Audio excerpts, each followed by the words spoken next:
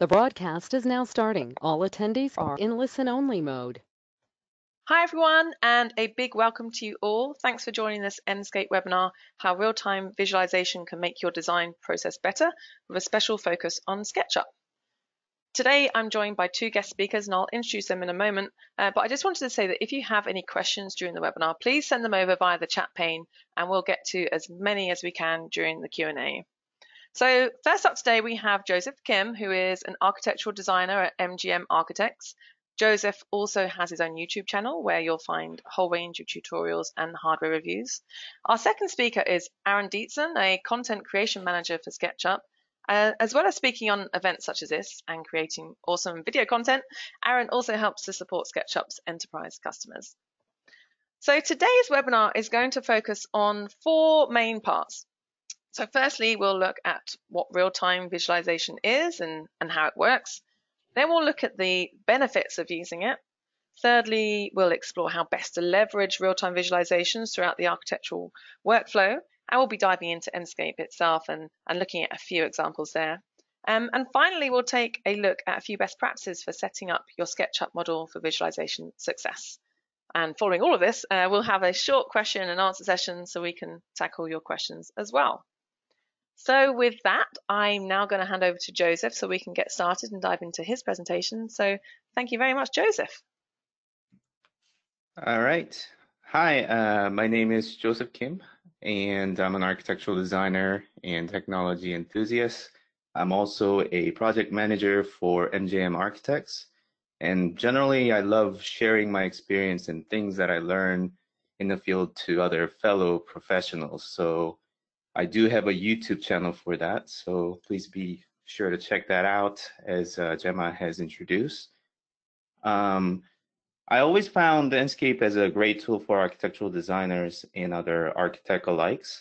It really enhances and streamlines architectural workflow by visually communicating the design.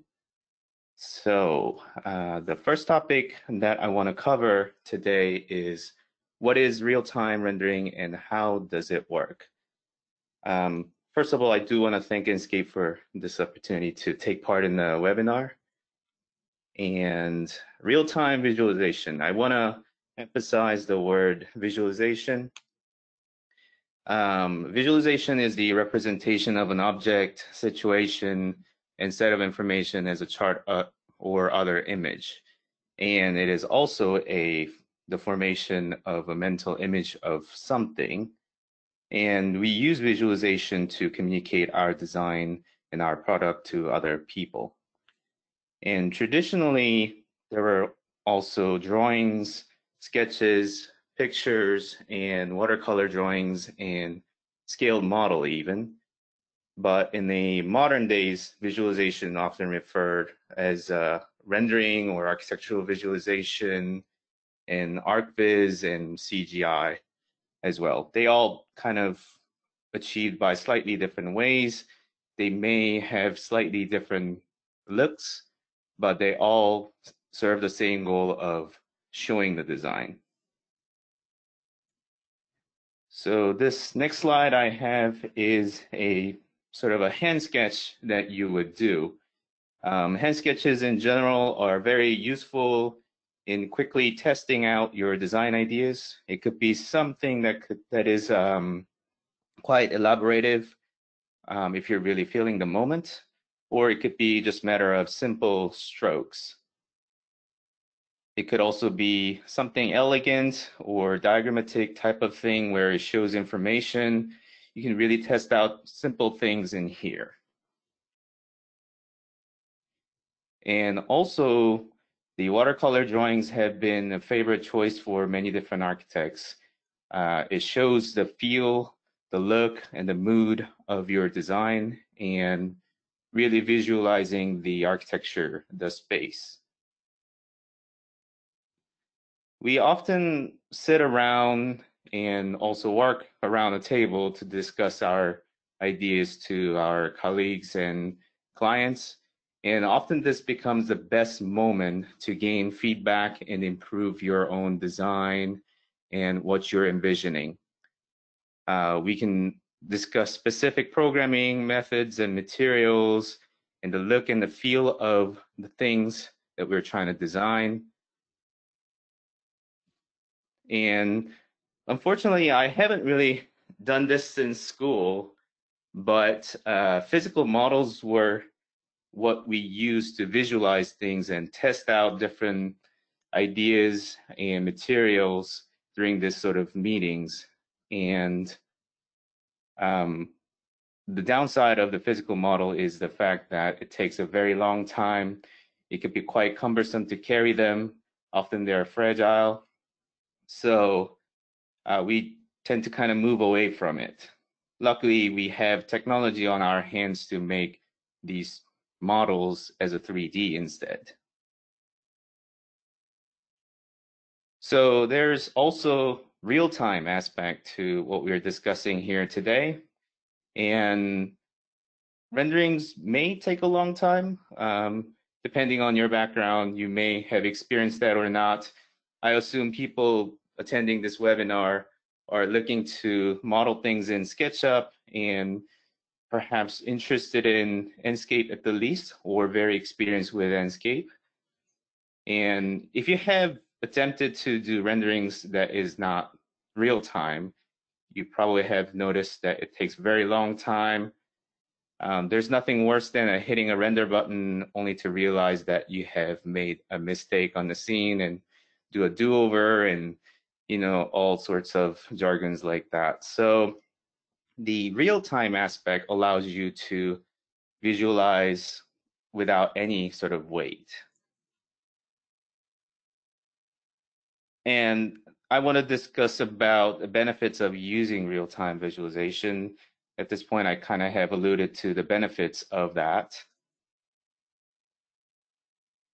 And I want to here jump into a different mode. So what you're seeing here is, in fact, a real-time visualization. It's not a PowerPoint slide. So I'm going to start to move a little bit, and I can introduce movement. And instead of a flat image, I hope you guys could kind of see this. I understand it could be kind of choppy. But instead of a flat image, you start to introduce the spatial experience. Sort of, you start to understand the scale of things, the distance of things, and then I can really move and start to show different views and then discuss about different things inside of the view. So you really don't have to wait when you're using Endscape. And perhaps on this side, there's actually a glazing, which I can actually walk out and walk through.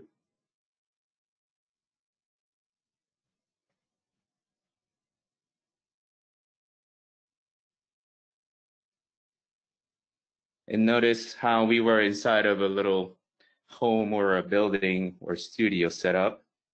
And then I can just kind of look at it in this way.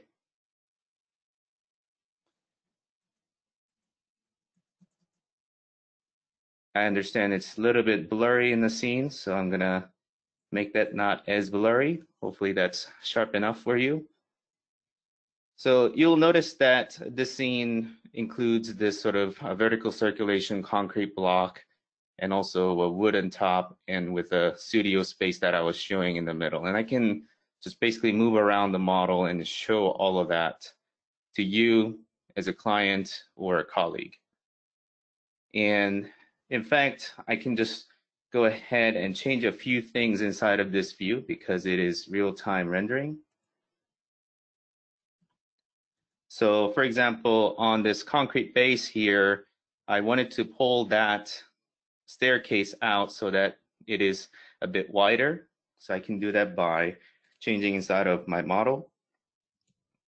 And as soon as I make that change, that you'll be able to see this in your view or on client's view if you're doing like a screen share, or if you're sharing this screen on a presentation room, on the presentation screen, you'll be able to see these changes.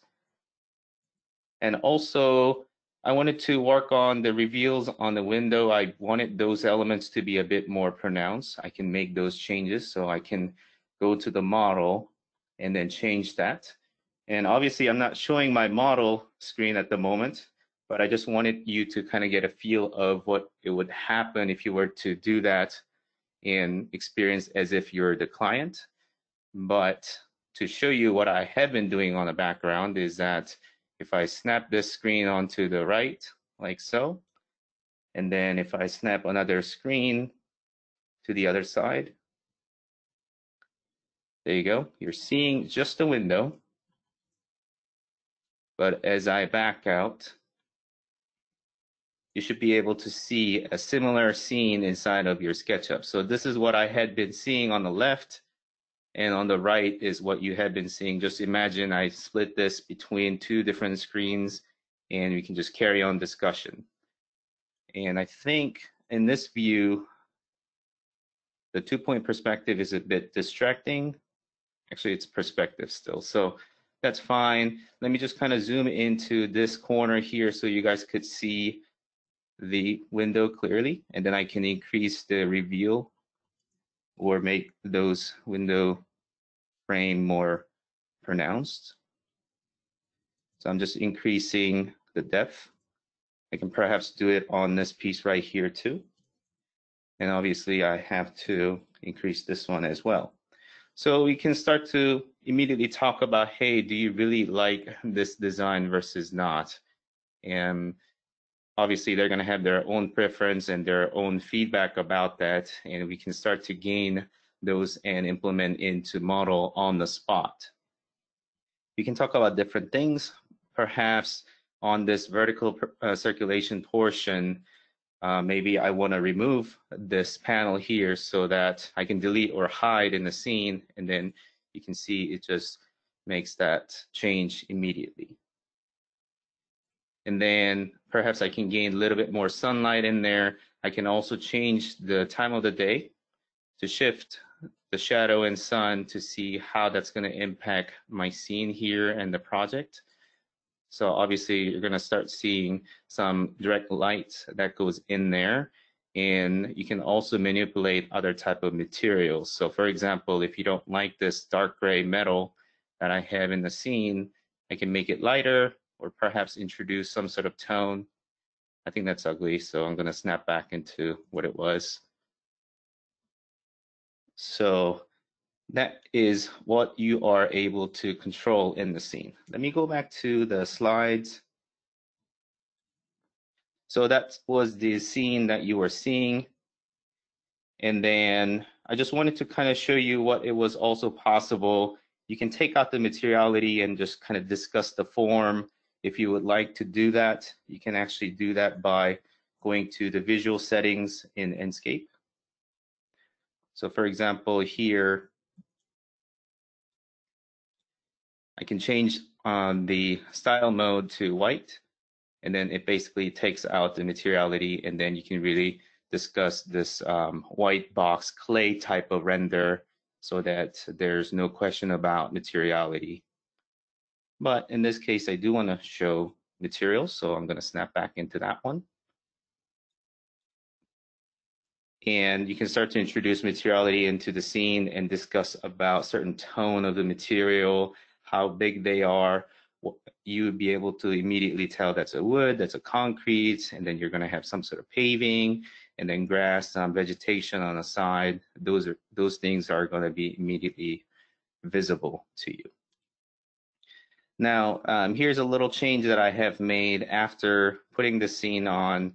I got a feedback from clients saying, hey, can you actually make that into a darker soffit there? So I made that change immediately, and you should be able to see that change immediately in the model. Now, the next scene that I have here is a little cabin design. I just wanted to show you a different type of example.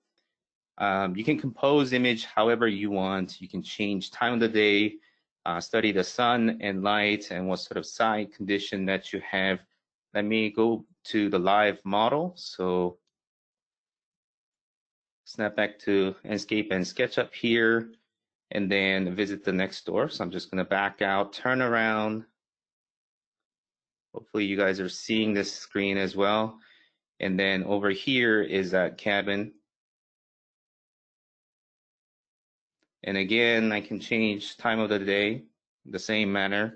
Let me just maximize the screen so that you guys could see it more clearly.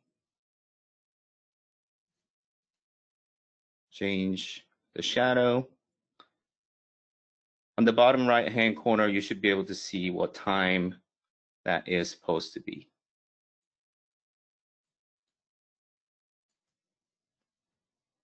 Okay, so if you want to approach closer and go through and show your client what is going on inside, you can certainly do that. I understand it is a little bit choppy on the presentation. However, you can still show them what that space looks like and really get the feel of the space. I can walk back out, turn around. And going back to the slides, I wanted to say you can really communicate your designs visually, even if your client is not drawing savvy. Often they look at drawings like this, the plans and diagrams and little sketches that you have done. They may not really understand what is going on. So showing them visually and walking them through the model in real time is quite important, and I would say it is really efficient way of communicating your design. And you can gain feedback really quickly, try different things just on the spot, and then you'll be able to carry very meaningful discussion with your client. So the next thing that I want to discuss is how to best leverage Endscape throughout the architectural workflow. I would suggest that you do that from start to finish. You can do it from programming, planning, and concept phases, and you can further detail out in schematic design and design development process. And then you could even utilize that in construction drawing and construction admin process as well. SketchUp's strength is actually being able to quickly change things, the materials, the form, the shape. So I would suggest that you best utilize that in programming, planning, concept, or even in schematic design. And you can progress that even in design development phase. Perhaps you work out the form and the shape of the space, put some furnitures. If it's an exterior building, you can put some entourages in there, trees, cars, people for the scale of things. And then perhaps not introduce material just yet. Just talk about your project with your client and just show them the less of a material, and then discuss the space, the form, the architecture. And after gaining feedback, you can start to introduce a couple more details and items. Here, I'm just using an interior scene as an example, but you can start to develop it further. And then later on, you can really hone down to specific type of materials using Enscape, and then make the scene more believable in something that you can discuss further with your client.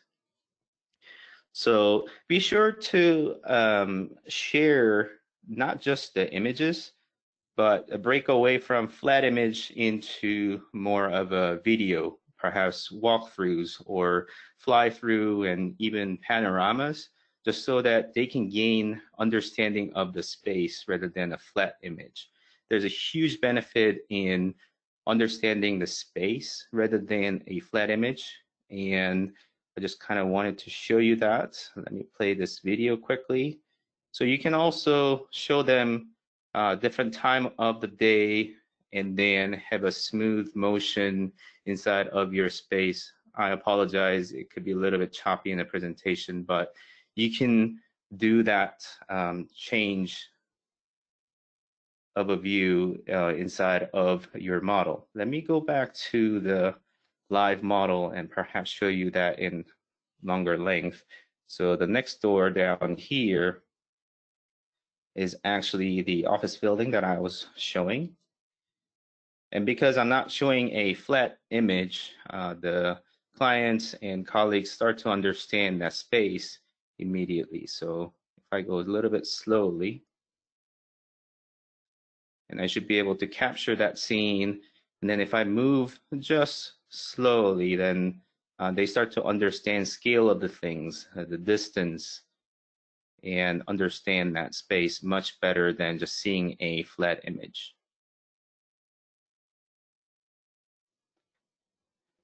Okay, and in terms of sharing your results of the model, you can actually rely on Enscape for that as well.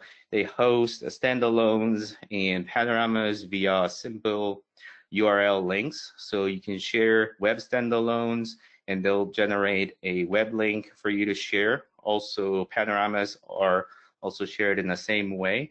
And you can even make executable files and send it to your clients for them to see those views as well.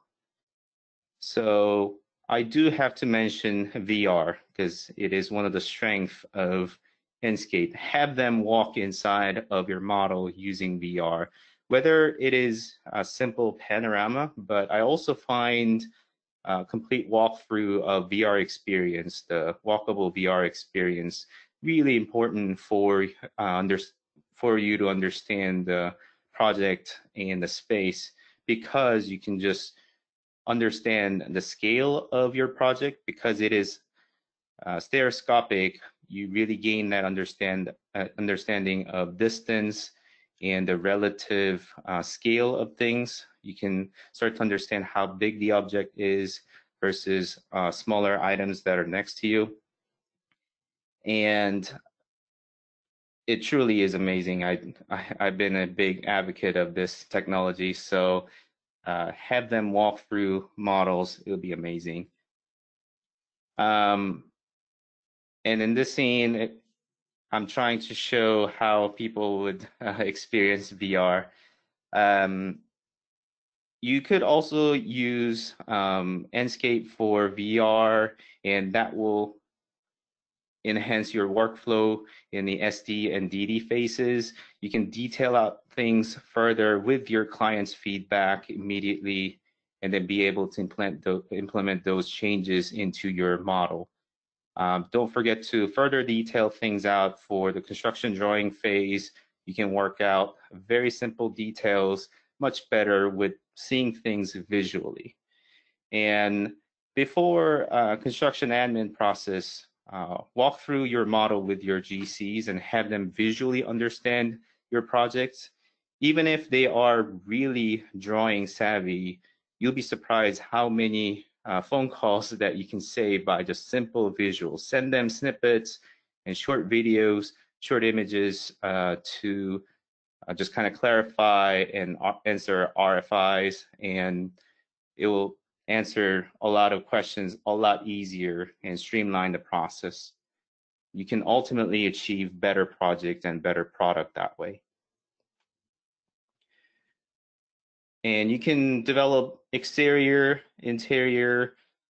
As I have mentioned, sometimes wiping out materiality could actually save a lot of discussion about the tone of a certain type of material. You can discuss about the form and the look of the space and the feel of the space.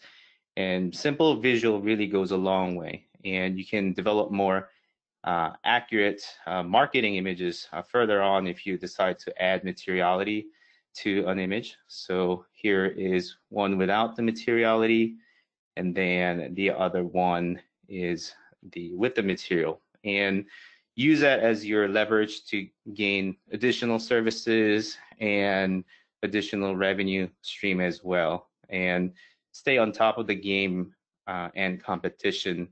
I believe the best part is all of this is not difficult at all.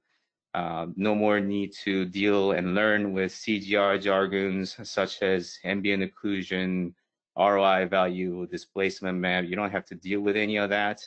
It really is simple with Enscape. So I have been finding Enscape in general very, very useful. Let me go back to my live model here. So let me move back into that office space just so that I can show you the changes in the real-time visualization.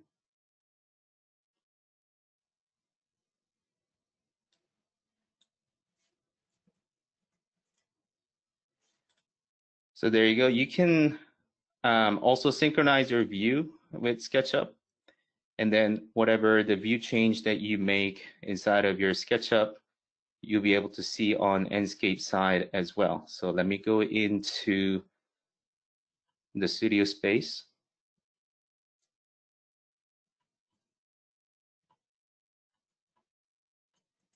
And then you can discuss about certain type of materials, certain type of furniture that you're using instead of this gray plasticky blue color. Can we make it darker in the scene? Then we can discuss about those things, whether they like it or not. And then apply different type of materials if necessary. You can start to hide things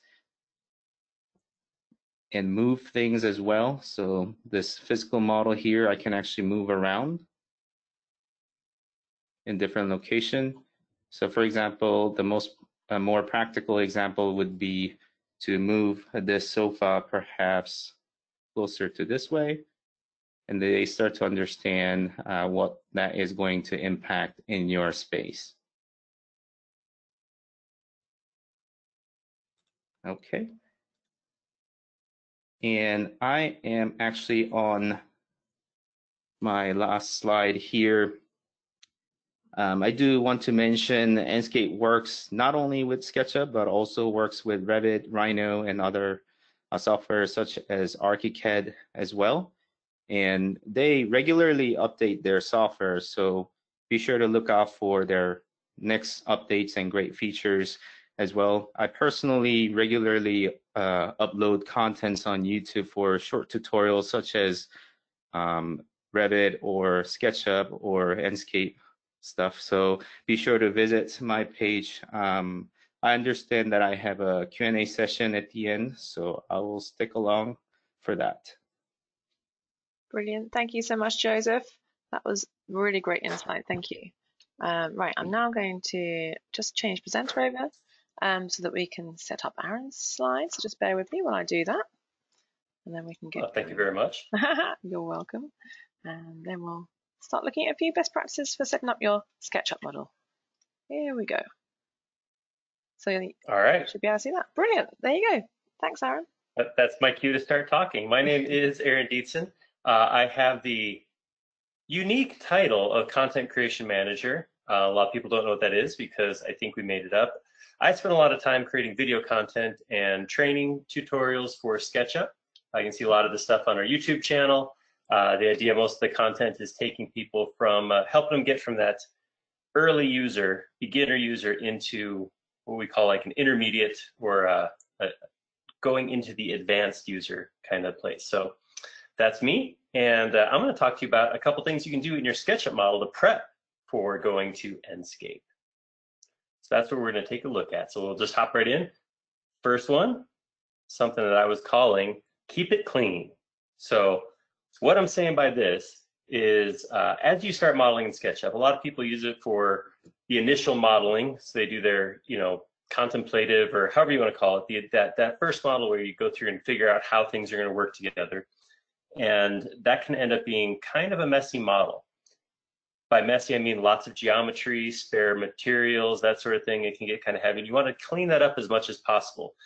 The lighter your model is, the better it's going to perform in SketchUp and Endscape. So one of the big things is taking out extra geometry, extra materials, whatever you have in there that you don't actually need, go ahead and pull those materials out. That's a big part. So if you have, if you were playing around with a conference room, you're trying 6 different chair types, well, get rid of the chairs that didn't work because they don't need to be there if you're not going to actually have them render in Endscape.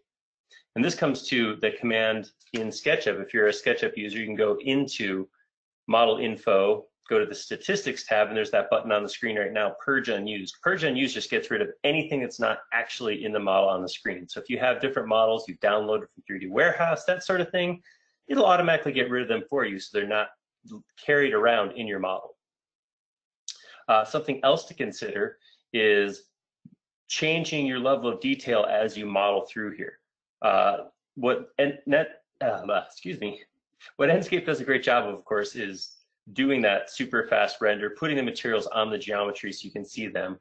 And there's a point at which modeling something heavier to get smoother curves, that sort of thing, doesn't make as much sense when you're letting Endscape go in and put materials over that and put shadows and light on it.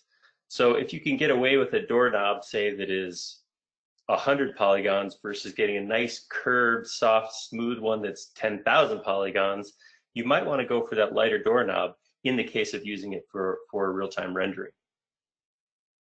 All right, let's hop to the next step. Next one is about using proxies. So this kind of goes hand in hand with that last step. So when we talk about proxies, one of the things that Endscape can do is it can actually allow you to put proxies into the model that it'll switch out for high poly rendering objects. So this works. The big one here, of course, is vegetation. Trees, bushes, grass, even all that kind of stuff is a lot of surfaces. I mean, an average tree has how many thousands of surfaces just in leaves? It's a lot. It's heavy, and trying to put all that into your model is going to slow SketchUp to a crawl. So if you can put them in with renderable proxies from Endscape, you're going to save yourself a lot of headache, a lot of heartache, and a lot of time just trying to move around in SketchUp and then export or work through that with Endscape. If you have that renderable proxy, it's going to look like a real tree, render like a real tree in Endscape, but in SketchUp, you'll have a nice light proxy. All right, moving forward. Next thing is light it up. So a lot of the lighting can be done in Endscape, but the tools that are in SketchUp make it real easy to get lighting onto your model. So what I recommend doing is first geolocate your model. So put it where it actually is going to be in the world.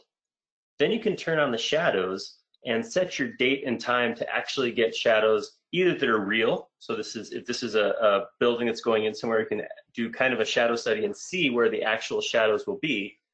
Or if it's not, if this is just something imaginative, you can actually use the date and time slider to move it around so that you get lighting and shadows in the way you want before you go off to Endscape. And that way, Endscape can just take exactly the shadows you're looking at in SketchUp and put them right into your render in real time.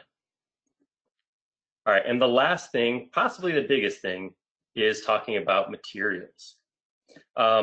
Again, materials are kind of what makes the model when you start talking about rendering.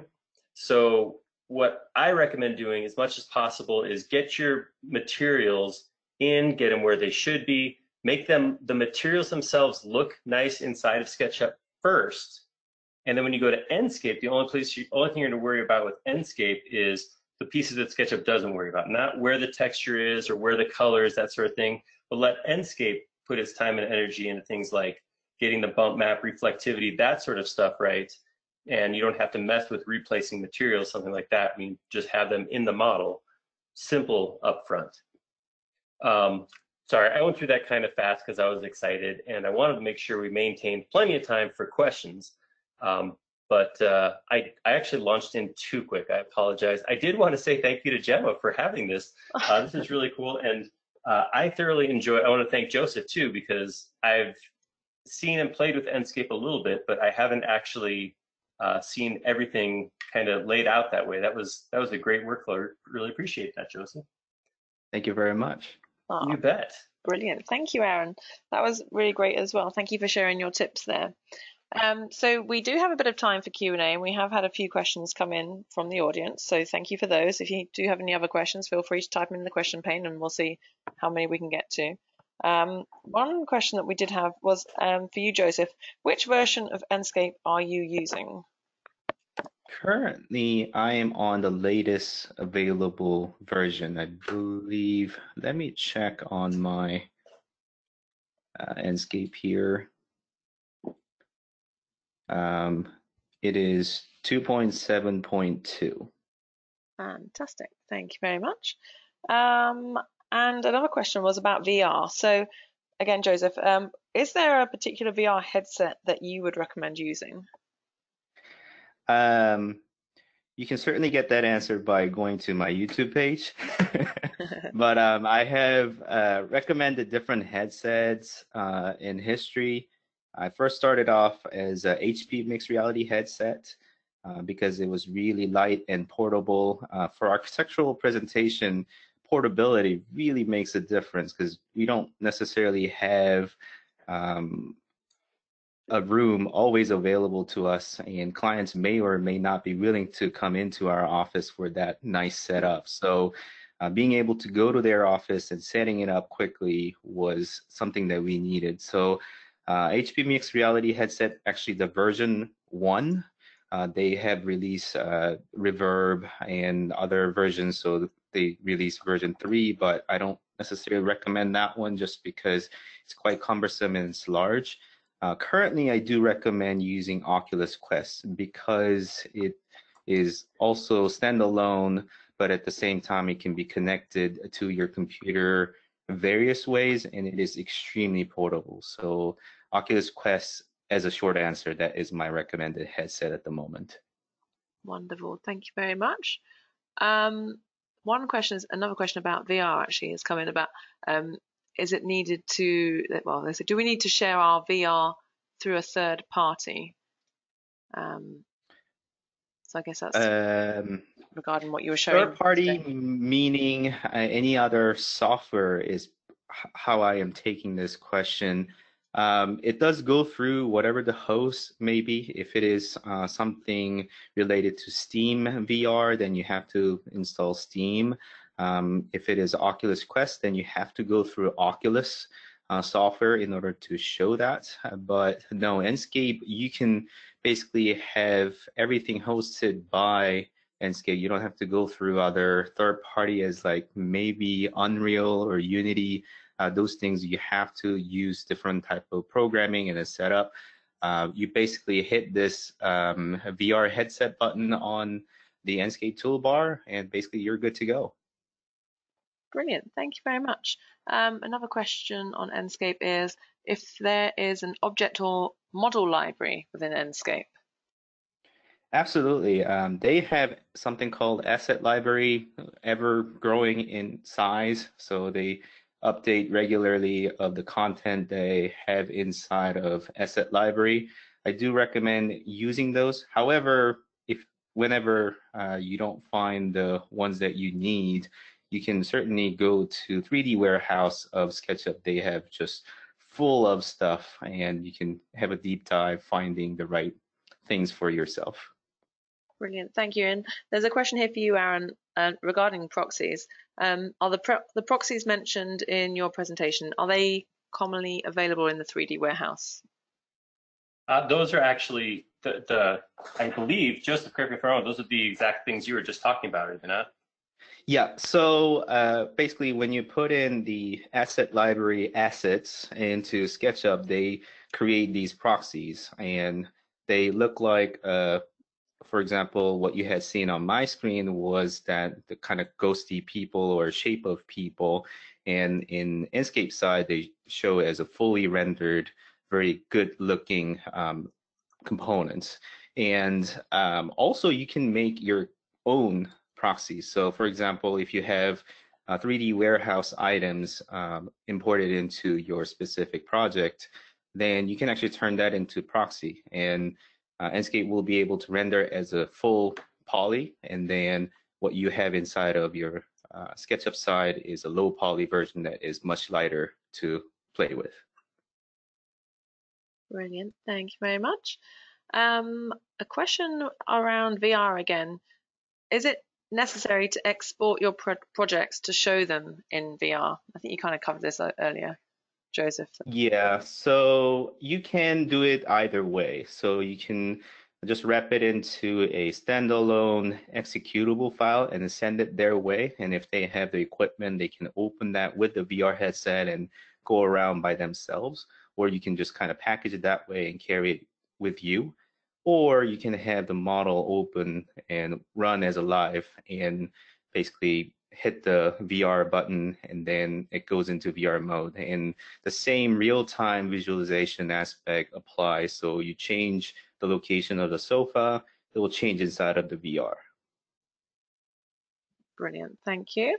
And we have another question here, and it's just gone off my screen because we do have quite a few. So Aaron, one for you. Any tips on modeling curves in SketchUp? Not sure if that's Absolutely. a question or not. Yeah, we can. I got a quick answer for it.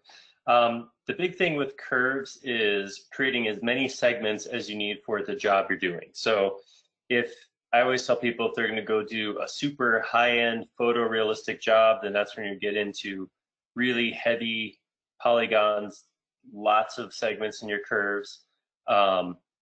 Use a tool like Weld. That's an important one also to weld your curves back together. If you're going to be doing something that is not like photorealistic rendering, if you're just doing a quick massing, something like that, then stick with fewer curves and keep your model lighter. So that's where in Endscape, like I said, it does such a great job with those materials and keeps that model nice and snappy. You don't need to have super high number of curves and super dense model to make it look good. Brilliant, thank you very much. Joseph, I'm not sure if you've had much experience with working with large models in Endscape, but there was a question about how Endscape handles big plans like you would see on such things like a university campus. Right.